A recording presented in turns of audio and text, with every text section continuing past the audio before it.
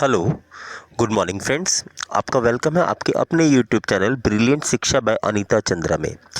तो दोस्तों, इस वीडियो में हम लोग बात करेंगे इंग्लिश ग्रामर के एक टॉपिक है, छोटा सा टॉपिक है, ऑक्सिलरी वर्ब्स एंड मॉडल्स।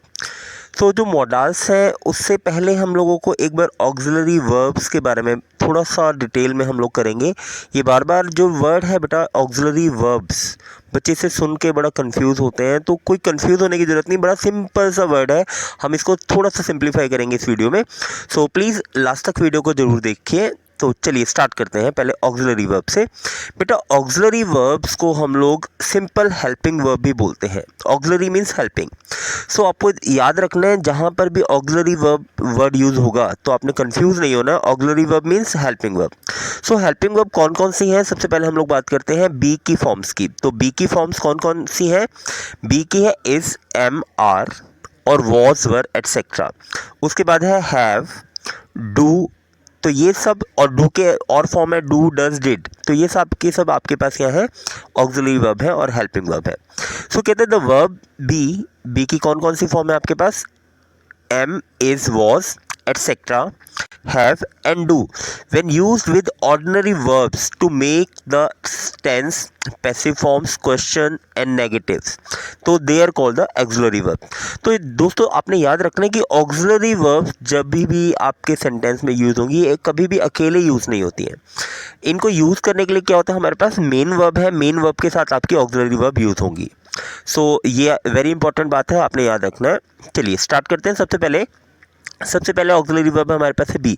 सो दोस्तों बी का मतलब अकेला बी नहीं है, याद रखना। बी का मतलब वॉज भी है, बी का मतलब बीन भी है, बी का मतलब वॉज के सारे फॉर्म डू, डज, डिड सभी हैं।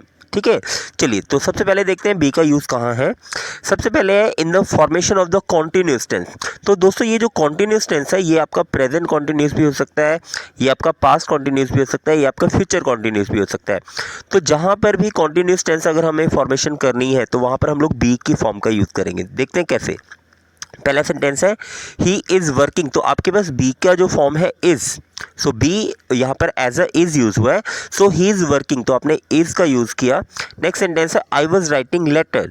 सो जहाँ पर भी आप बी का यूज़ करेंगे, आप कॉन्टिन्यूस टेंस बनाने के लिए यूज़ करेंगे।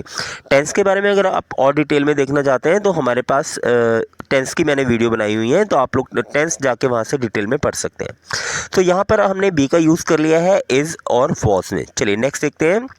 नेक्स्ट है formation of the passive voice. तो दोस्तों जहाँ पर हम लोग एक्टिव पैसिव की बात करते हैं, जब हम लोग पैसिव वॉइस में चेंज करते हैं एक्टिव वॉइस को, तो वहाँ पर हम लोग यूज़ करते हैं बी का।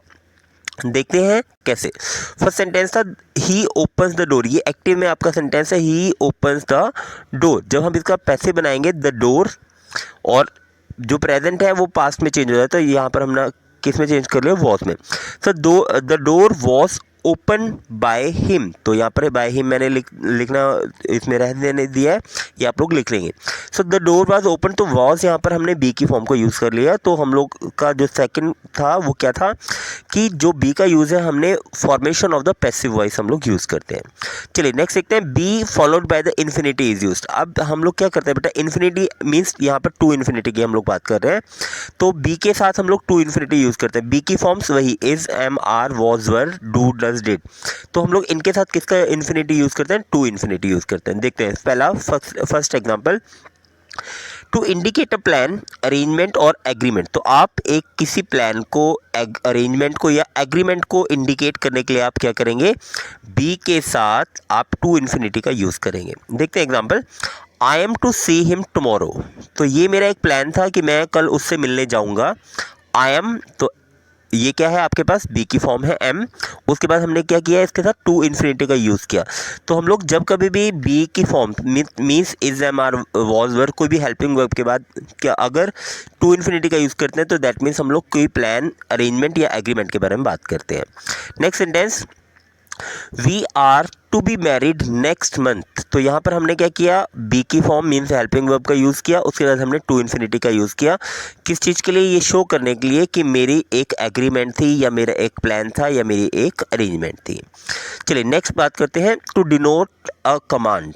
तो नेक्स्ट है, अगर हमें कोई कमांड बतानी हो, for example you are to write your name at your answer sheet, तो आपने क्या किया, हमारे पास जो भी हेल्पिंग वर्ब था, ऑक्सिलरी वर्ब थी, उसके बाद हमने टू इन्फिनिटी का यूज़ किया। किस चीज़ के लिए? एक कमांड को डिनोट करने के लिए। आपको इस सेंटेंस में कमांड दी गई है कि आपकी जो आंसर शीट है उसके ऊपर आपने क्या करना है, अपना नाम लिखना है। सो अब जब हम लोगों ने कमांड को डिनोट करना है तो हमने किसका यूज़ करना है? बी और टू इन्फिनिटी का। चलिए नेक्स्ट है, mother says you are to go to market at once, तो ये आपके मदर का ऑर्डर है। आर के बाद हमने क्या किया? टू इन्फिनिटी यूज़ किया, तो दैट मीन्स ये आपके पास एक ऑर्डर है। नेक्स्ट है, be is use in the past tense with the perfect infinity. अब परफेक्ट इन्फिनिटी की बात करते हैं। बेटा यहाँ पर परफेक्ट इन्फिनिटी टू और हैव, हैव, हैड तीनों है। So be is use in the past tense with the perfect infinity to indicate an arrangement that was made but not carried out। तो जो अरेंजमेंट हम लोगों ने ऑलरेडी कर लिया था, प्लान कर लिया था, लेकिन उससे हम लोग एग्जीक्यूट नहीं कर पाए, तो वहाँ पे हम लोग क्या करते हैं? Perfect infinity means two plus have plus had, इसका यूज़ करते हैं। सो देखते हैं, दे वर टू हैव।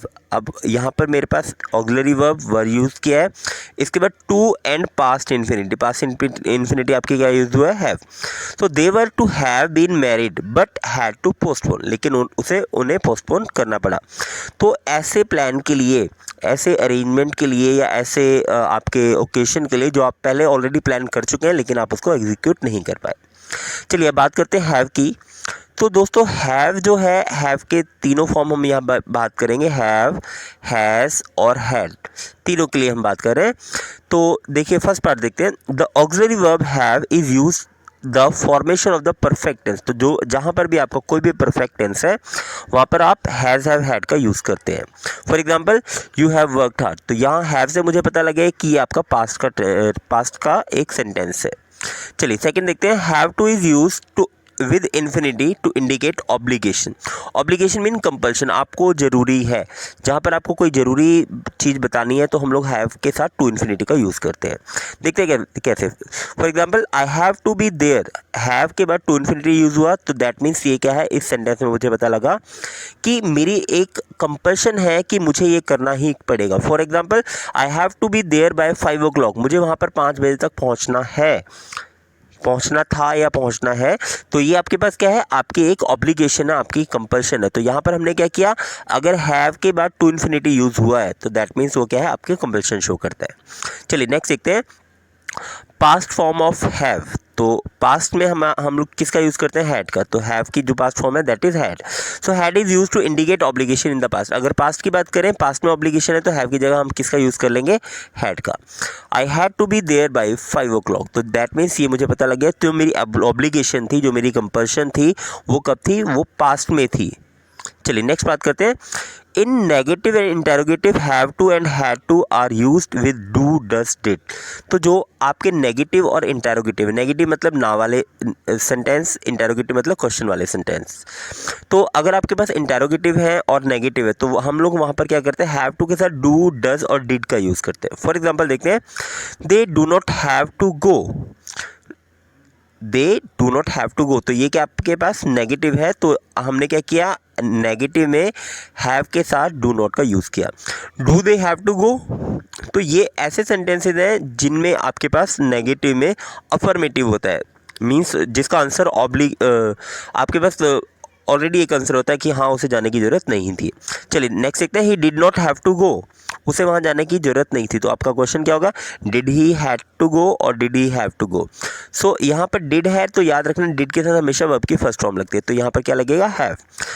सो ये आपके एग्जाम्पल थे। चलिए नेक्स्ट बात करते हैं डू की। तो यहाँ पर हम डू, डज, डिड तीनों की बात करेंगे। फर्स्ट पार्ट देखते हैं, to form the negative and interrogative of simple present. तो आपके पास वैसे भी हमें पता है बेटा, जब सिंपल प्रेजेंट या सिंपल पास्ट के नेगेटिव और इंटेरोगेटिव की बात करते हैं तो वहाँ पर हम लोग डू, डज और डिड की बात करते हैं। Do and does present indefinite में और डिड किस में लगेगा, पास्ट इंडेफिनिट में। देखते हैं for example, he does not work, तो आपका क्वेश्चन क्या होगा, डज ही वर्क। आपका इंटेरोगेटिव में हमने डज का यूज़ किया क्योंकि ही शी इट और किसी नेम के साथ डज का यूज़ करते हैं, बाकी सबके साथ डू का। सो ही डज नॉट वर्क और does he work. Next sentence है ही डिड नॉट वर्क, ये आपके पास पास्ट इंडेफिनिट है। पास्ट इंडेफिनिट का नेगेटिव सेंटेंस और इंटेरोगेटिव सेंटेंस दोनों में हमने किसका यूज़ किया, डिड का।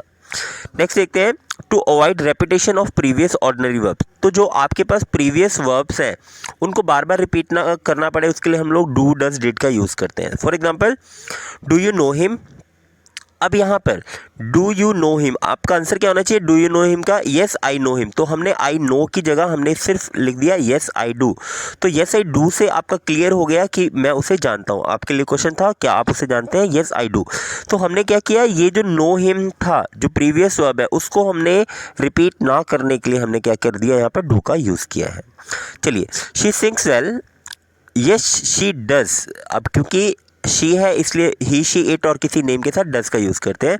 इसके बारे में और डिटेल में देखना चाहते हैं तो आप हमारे टेंस के सेक्शन में जाके प्रेजेंट इंडेफिनिट टेंस के नेगेटिव और इंटरोगेटिव सेंटेंसेस को देख सकते हैं। वहाँ पे आपको डू और डज बहुत सिंप्लीफाई करके क्लेरिफाई किया हुआ है। So she sings well, yes she does, तो यहाँ से मुझे आंसर मुझे लिखना चाहिए था येस शी सिंग्स वेल, तो उसको आंसर को लिखने की बजाय मैंने लिख दिया येस शी डज। सो इस तरह से आपका ये क्लियर हो गया।